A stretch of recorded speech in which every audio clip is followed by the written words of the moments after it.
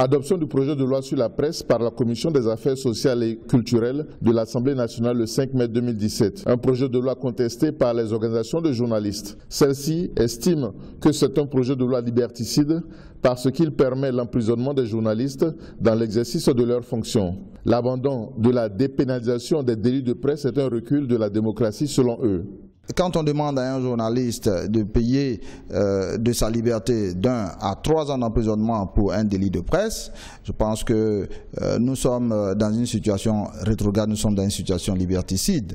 Aussi ceux de l'audiovisuel où on évoque par exemple de liberté, atteinte à la liberté. De quelle liberté s'agit-il? La liberté de laisser ceux qui s'enrichissent impunément, de laisser ceux qui tuent, qui assassinent, qui violent impunément, et nous dire que 10 ans après, cette affaire doit être proscrite.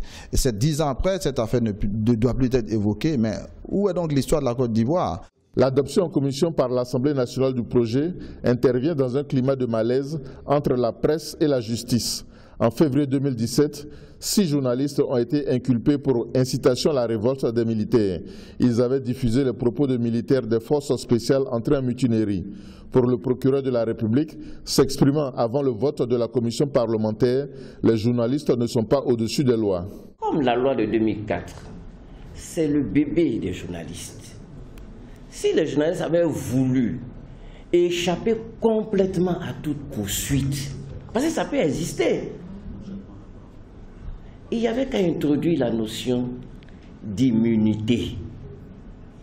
Dans l'immunité, l'infraction existe, les éléments constitutifs existent, mais seulement il y a un obstacle juridique à la poursuite.